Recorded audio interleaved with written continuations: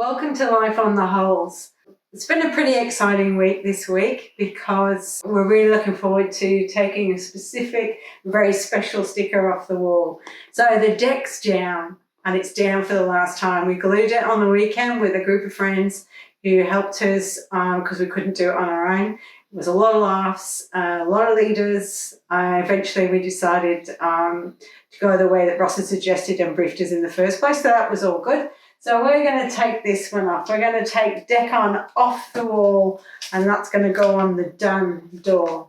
So this episode of Life on the Holes is not about the deck going down, but it's about the hardtop and about waxing it with release wax and gel coating so that we can then, in the following week, fiberglass it. This is the first big piece I worked on, so I hope you really enjoy this episode because I certainly enjoyed doing it.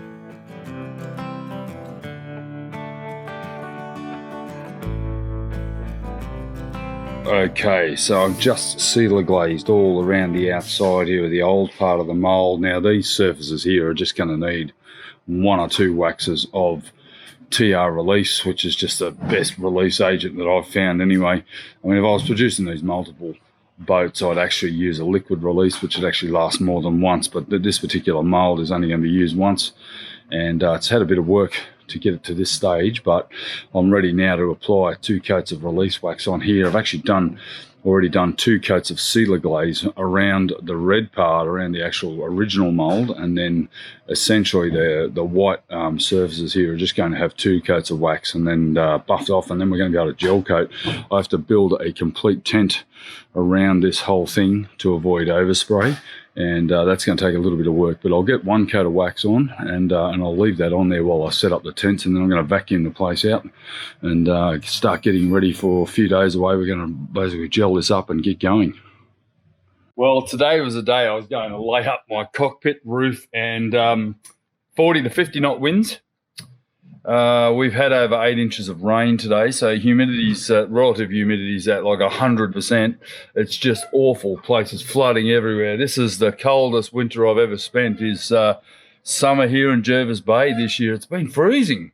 I mean, it's like 13 degrees today. I mean, it should be 38, and apparently by mid next week it's going to be in the 30s. So I'm going to get onto this weekend. It's Friday. I'm hoping by tomorrow, bit of a westerly wind through the night might dry it out a bit. Now, I've got it all tarped.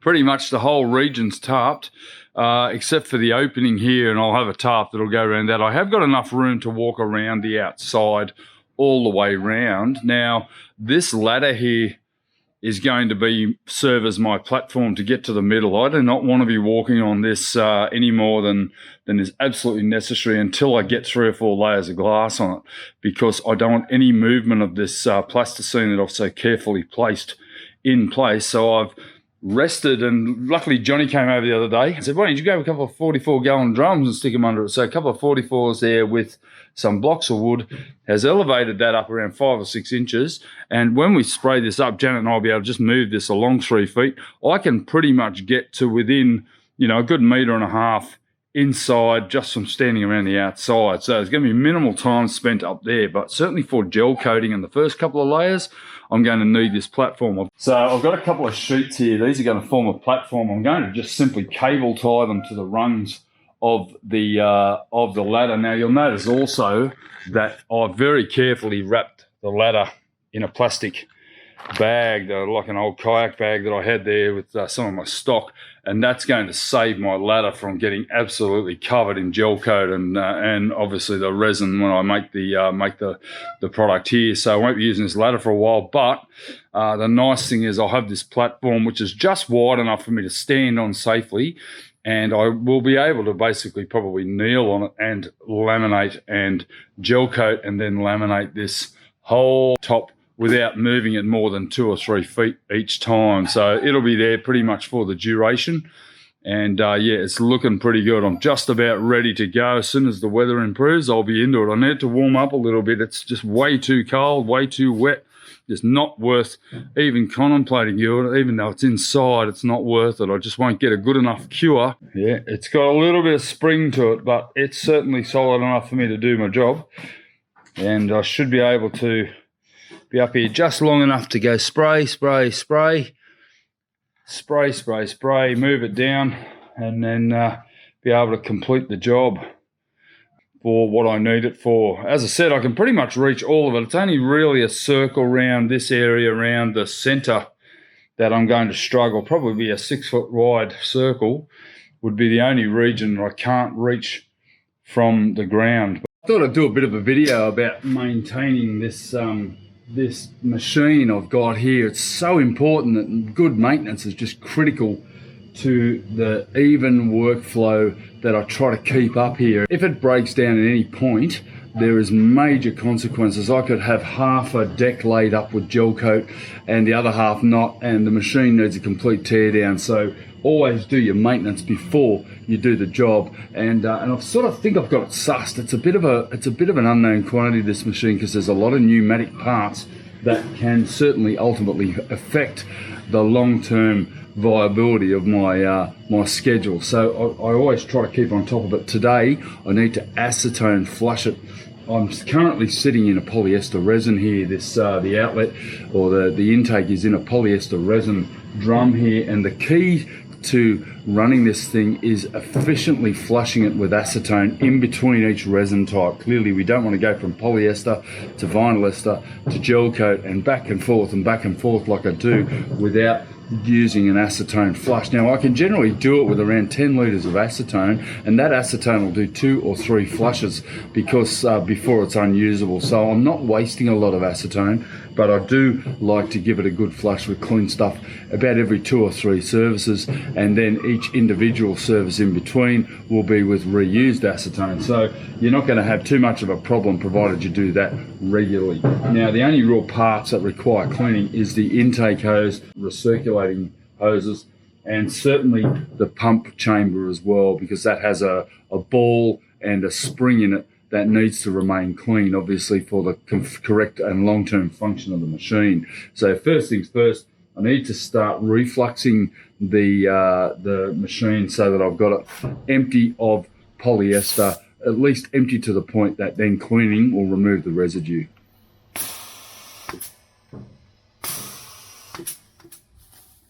After turning the machine on, you're basically setting up a reflux system, as I mentioned earlier. And what refluxing means is it's actually continuously in a cycle, sucking up that large tube and coming back through the blue tube. Now, the way that I empty this machine is you simply lift the intake tube out of the resin, and then it'll ultimately drain to the point that there is no more resin coming through the system. We then put the intake tube into a bucket of acetone and set up that reflex once again. Now that's pretty critical, because what you want to do is you want to flush the pump chamber of any resin. You'll notice there's still resin latent in that chamber, and that is a big problem if you leave that and then go onto a different system. Your first spray is going to be whatever was existing in the system itself. After that, once you've given that a good flush through and a good clean, and I clean everything meticulously, including the very fine filter on the end of that. Once that reflux is complete, we then stop the machine and switch it over to the spray gun. Now the spray gun itself, basically before we switch it over, as you can see, as I squeeze the trigger here, there's nothing coming through it. But what I'll then do is I'll turn the valve. There's a ball valve that actually switches it from a refluxing position into a direction that actually feeds that resin, catalyst and air down through the 13 meter long hose that I have. And I actually bought a 13 meter long hose for that reason, so that I could actually do the complete length of my boat without having to move my machine. Now obviously once I've changed that particular flow to the gun itself, we can then drain the hose of any resin. You'll notice here the resin actually pouring out of that, and there's probably about a cupful or 2 every time I do a changeover, and then eventually you'll see acetone as it goes clear here come through the gun system. Now I don't use the spray head at this point. I'm actually using the gun without its head on, so you can see the resin now has stopped and it's now pure acetone, and that's a signal that I've basically completed. I'll then start to reflux that back into the bucket, and I know that my lines are clean. Alright, so we're going to put the intake into the bucket.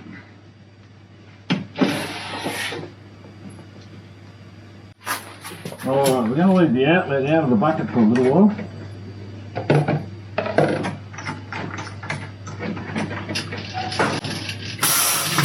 See if we can catch some residue of acetone in the bucket. You got to be careful, could this splash back. That's why very important to wear a mask here. You notice the first it's going to be a little bit of acetone before we get to white. Now it's very important to not lose concentration at this stage, as I did, because I was too worried about getting good footage of this whole procedure, and I'm just going to leave it right here. And there was multiple profane words spoken about 4 seconds after this.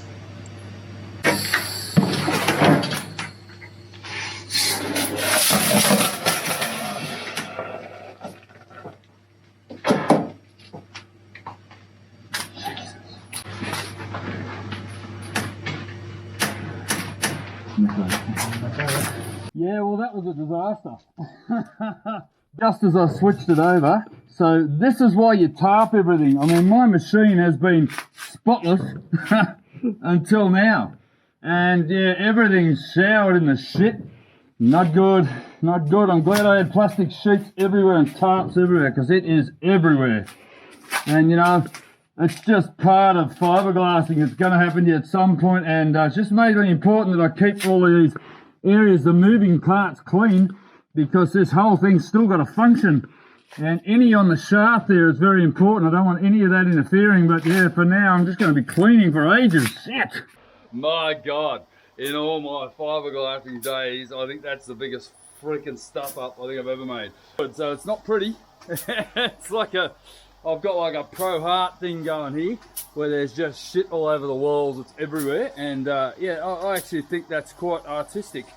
Now that I've got it all going again, we've now got the gel coat refluxing back into the drum, but now I've got a day's cleanup there just to get that whole machine and everything clean again. I'm not really sure I'm going to be able to get it clean, but you know, who cares?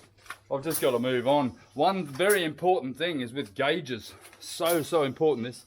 Never use acetone on the face of your gauges. Always use methylated spirits, denatured alcohol or something to clean them, because if you use acetone, it can cloud the dial and cloud the tempered glass on the front, and that is not a good look when you're trying to see your gauges and see your pressures, etc. So denatured alcohol or something like that, soap and water, and not acetone. I'm going to go have a bit of a clean up. I think I've got to do my back. Oh, yuck. Sunday morning, nice and quiet. Look, no one around, and we're gonna spray up the gel coat on the cockpit roof mould. I've got the tarps out here. I've got ground sheets down. We don't want any spray leaving the immediate area, but we're gonna go in here. Got Janet on the job. Good morning. Good to see it work. This is our... Righto, here we go. We've got release wax going off. I've had a good scrub. We're going to have another bit of a quick blow off with an air gun now that everything's pretty clear. Got a bit of a windy day. I might have to shut this door actually, I think. Sorry about the flicker, but it is a bit hard with these LED lights these days. Yeah, we want to try and minimise any air movement while I'm spraying up the gel coat. It's pretty big, isn't it? Yeah. Bit nerve-wracking. Don't want to damage all your... Especially after last night's explosion. I was here last night, and as you saw, I blew up about 5 litres of gel coat all over everything we own up behind that sheet. So luckily I had these sheets up, or it would have gone all over this. I would have been scrubbing it off that. So Janet's taken all the release wax off. That's had 3 coats of release wax on that, and the actual boards themselves are only going to do once because we know it's just going to fall off them. But yeah, we've got a big job here just wiping all this off. I'll give her a hand in a moment. Massive, isn't it? You see how big it is when we see how little Janet is. I am little. Yeah, you are little. Yeah, righto, it's D-Day and it's a bit windy, but we've had some pretty wet, wild weather and it's all dried off today, so we're going to get it done while there's no one around.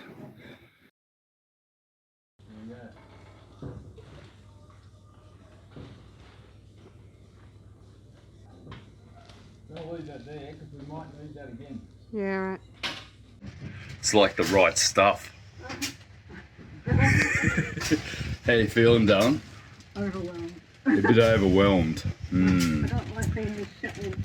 Yeah, it's not great, is it? But you know, we're trying to basically, this gel coating is the worst part of this because you're putting down a lot of material.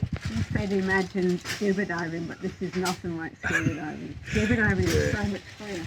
Yeah, scuba diving, you feel like a free as a bird, but not in this crap. All right, looking good.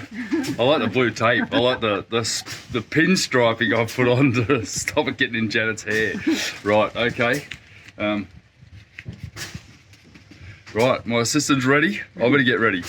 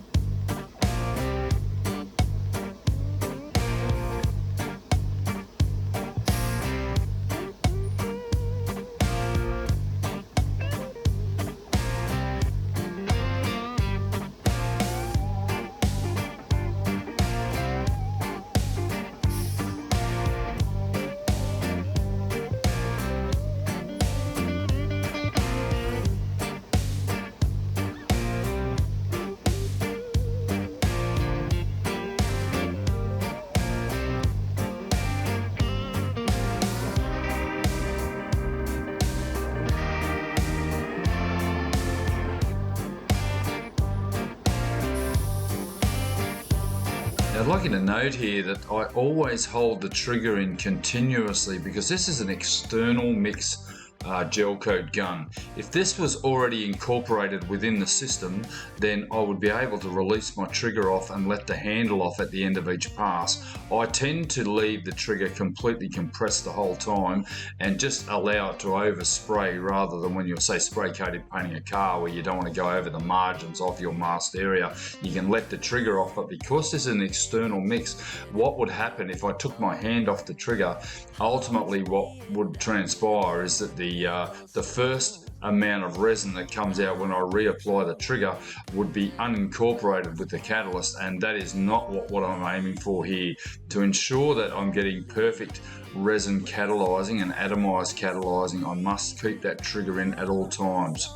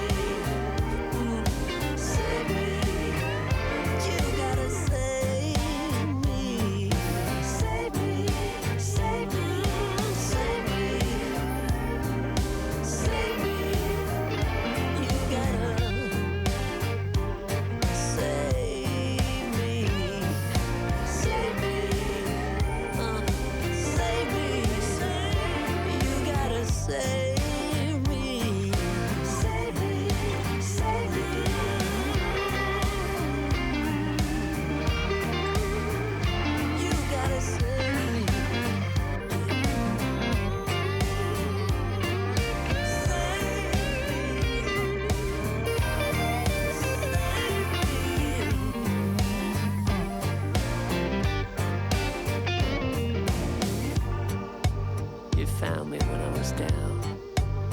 I didn't know you were around. Am I too big a deal? Am I what you're looking for? Can I be what you're looking for?